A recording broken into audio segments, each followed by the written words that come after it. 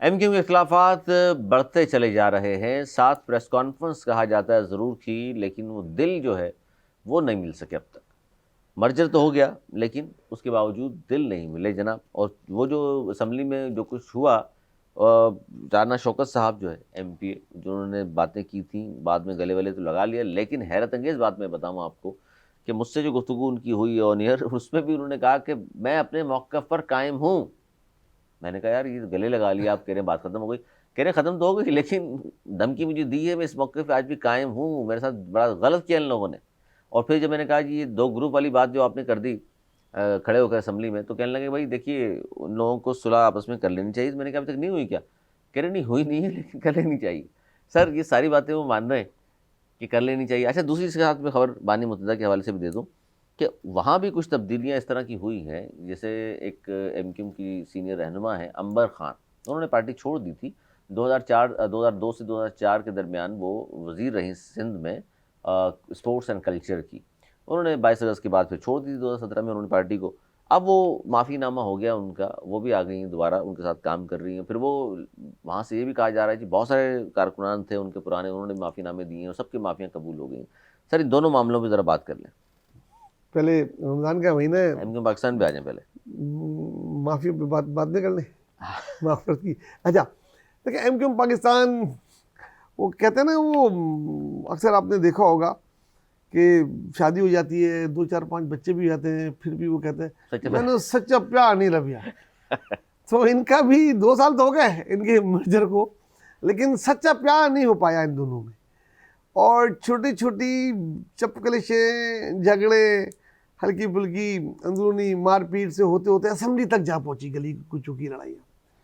और मिलाने वाले भी कब तक मिलाएंगे यार, और साथ बिठाने वाले भी कब तक बिठाएंगे, वो भी थक गए होंगे।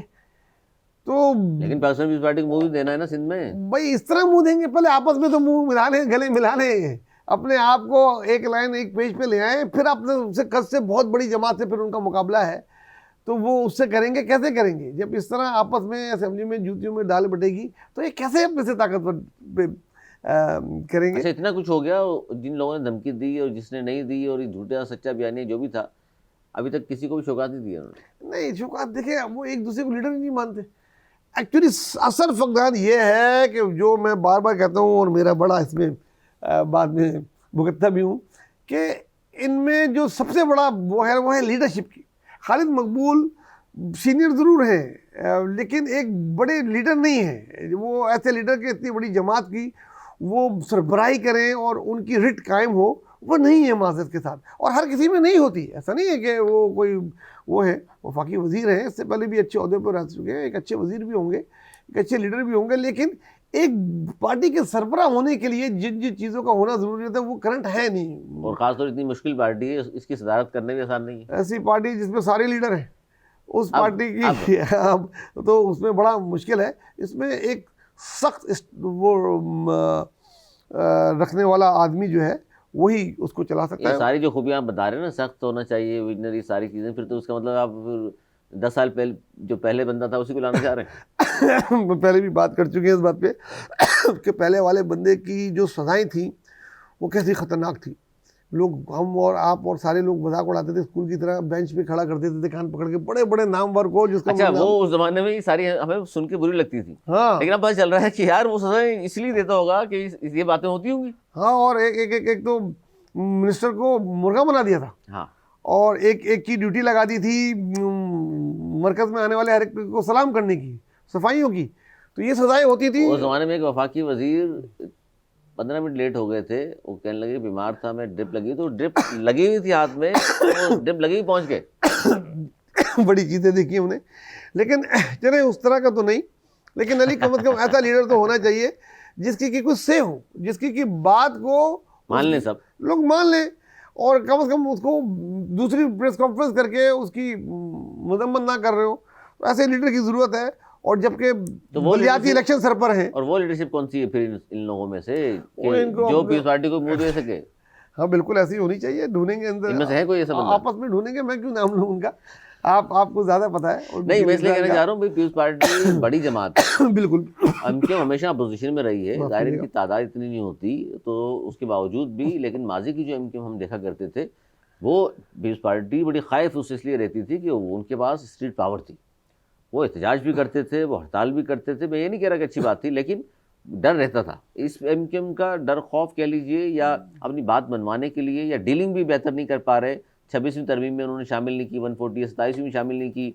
जरदारी साहब को एक तरफ तो वोट दे दिया सदारत के लिए, इस्तना हासिल करा दिया, और इसको जरदारी से कह रहे इस्तीफा भी दो। भाई तो उन्होंने वोट क्यों दिया था फिर उनको, इतने अगर बुरे हैं तो वो।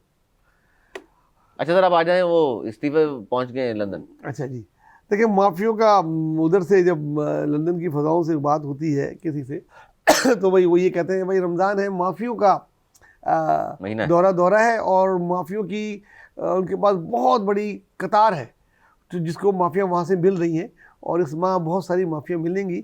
और उन्होंने बोला है कि ईद के बाद कोई अच्छी खबर भी उधर से आएगी शायद। तो देखें, हो सकता है कहीं दर पर्दा कोई बातचीत हो रही हो, कुछ पता तो है नहीं ना। बातचीत होने में आपको पता है कोई हर्ज भी नहीं है कहीं। अच्छा, यहाँ के कुछ तो सीनियर रहनुमा हैं जो इनके पाकिस्तान में शामिल हैं, वो दबे दबे लफ्ज़ों में शेर व शायरी इस तरह की करते हैं कि जी बस हमारा काम तो ये है कि हमें जो सौंपा गया है कि दिया जलाए रखना है। इसका क्या मतलब है? फिर कह रहे हैं जी बस हवा चल रही है, दिया जल रहा है। समझ जाएं आप बात, क्या मतलब सर इन बातों का? बस वो दिया कहीं बुझ ना जाए, इसको ज़्यादा वो ख्याल करें। वो दिया को ना वो सारे मिल के ऐसे हैं, और पीछे से बैठ के कुछ लोग फूंक भी मार रहे हैं उस दिए पे। तो देखें, फूंक मारने वाला कहीं जीत ना जाए। बहरहाल लेकिन इनके जब तक अंदरूनी इख्तिलाफात ख़त्म नहीं होंगे Ali, to be very frank, और बिल्कुल दो लफ्ज़ों में, कि अगर आपको एक नहीं होंगे तो बस फिर आप फारिग समझें। लेकिन सर फिर कराची में कौन सी जमात होगी जो काम आती है खास? आ जाएंगे, इससे पहले भी बहुत क्या बड़ी मतलब जमातें होती थी, PTI उसके बाद को कोई तो नहीं और आने लगी। देना ना। क्या पता कब ऊपर से कोई बातचीत किसी और से हो जाए। बहुत सारे ऑप्शन होते हैं एस्टेब्लिशमेंट के बाद, हर वक्त बहुत सारे ऑप्शन ए बी सी रखे होते हैं, एक नहीं होता। और एक को तो कई दफा आजमाया, कितनी दफा बिठाएंगे। अली आप खुद पीपल्स पार्टी के खिलाफ कोई एक मुझे बता दें पॉलिटिकल पार्टी एमक्यूएम को छोड़ के जिसको लगता हो आपको इनको मुंह दे देगी सिंध में। हाल फिलहाल इस वक्त कोई भी नहीं, इवन एमक्यूएम भी नहीं है। यार ये एमक्यूएम के जब झगड़े वो सॉल्व करा रहे हैं, उनके मिनिस्टर आके मजे ले रहे असेंबली में मजे कि भाई वो पुलिस आ गई है बाहर, एंजॉय कर रहे थे। वो कह रहे चलो माफ कर दो, चलो गले मिलो, अच्छा माफी मांग लें आप, आपने मतलब तफरी ले रहे थे ना यार। जब अपनी दानियां आप दूसरों के हाथ में दे दोगे तो यही होगा भाई। मतलब ये दौर आ गया वो कि तो खेल रहे एमक्यूएम के फैसले पीपल्स पार्टी करा रही है। जब एमक्यूएम का अपोजिशन असेंबली में खड़ा होता था ना, एक सन्नाटा सा होता था, पता नहीं क्या बोलेगा यार। दूसरे से पीछे से कोई कुछ कह रहा होता था, यार थोड़ा ख्याल रखना, थोड़ा हमारा ये वो। अब वो इस वक्त जो अपोजिशन लीडर है, आप क्या समझते कि कितनी सही उसकी होगी? इंतहाई कमजोर तरीन मैंने नहीं देखा उससे एमक्यूएम की तारीख का कमजोर तरीन अपोजिशन लीडर। मैंने अपने लीडर साहब बैठे हुए और अपोजिशन साहब उठ के जा रहे हैं, अपने एमपी को कह रहे हैं तुम खामोश हो वगैरह, आगे हट। उनसे ज्यादा ताकतवर वो पीटीआई का पार्लियामेंट्री लीडर शब्बीर कुरैशी है, कि जब वो खड़ा होता है तो फिर भी थोड़ा होता है कि हाँ भैया अब ये कुछ भूलेगा उसके साथ। और उसके साथ 7-8 एमपी हैं, तो फिर भी वो इसकी तो अहमियत बेचारे इसके लोग अब भी नहीं सुनते यार। ये हाल हो चुका है। तो लिहाजा आपस में जब तक इत्तेहाद नहीं होगा, सब मुत्तफिक नहीं होंगे किसी एक शख्सियत पर, तो एमक्यूएम का ये हाल रहेगा। लेकिन बहरहाल एमक्यूएम पाकिस्तान जाहिर है, अब देखते हैं ईद के बाद या ईद से पहले कुछ फैसले कर लेती है अपने हवाले से, लीडरशिप के हवाले से। एक बड़ा मसला है वो ये भी चल रहा है एमक्यूएम में, पूरी एमक्यूएम में इस वक्त सिर्फ और सिर्फ पूरी पार्टी में एक बंदा है जिसका नाम है खालिद मुकुल सिद्दीकी, जो चेयरमैन है। बाकी ना कोई वाइस चेयरमैन है, ना जनरल सेक्रेटरी है। राब्ता कमेटी ख़त्म कर दी थी उन्होंने। कोई किसी से पूछो भाई आपके पास क्या ओहदा, कहते जी ओहदा तो जाहिर है सिर्फ एक ही रह गया है, खालिद भाई के पास है, बाकी हम तो सब ऐसे ही घूम रहे हैं। और जब आप ऑफ द रिकॉर्ड बात करते हैं तो अच्छा नहीं है, मैं मुनासिब नहीं ऑफ द रिकॉर्ड बातों को यहाँ करूँ। लेकिन एमक्यूएम की अगर अंदरूनी आप लोगों से बात करें तो तासुर यही होता है कि वो उनसे मजबूत तो अनीस कायम खानी है, उससे ज़्यादा तो उसकी चल रही होती है। इस वक्त भी अगर देखा जाए दोनों दौड़ों में मिला के, तो सबसे ज़्यादा अगर किसी की से है, किसी की इज्जत है, जिसको किसी की कोई भी कारकुन कुछ भी कहते हुए 10 दफ़ा सोचेगा, उसके खिलाफ बात करते हुए 10 दफ़ा सोचेगा, तो वो अनीस कायम खानी है। तो उसी को दे दें। और वो कोशिश भी करते हैं जोड़ने की, मिलाने की, लेकिन नहीं हो रही। तो बहुत ज़रूरी है कि इनके अंदर इंट्रा पार्टी इलेक्शन हो जाए अब।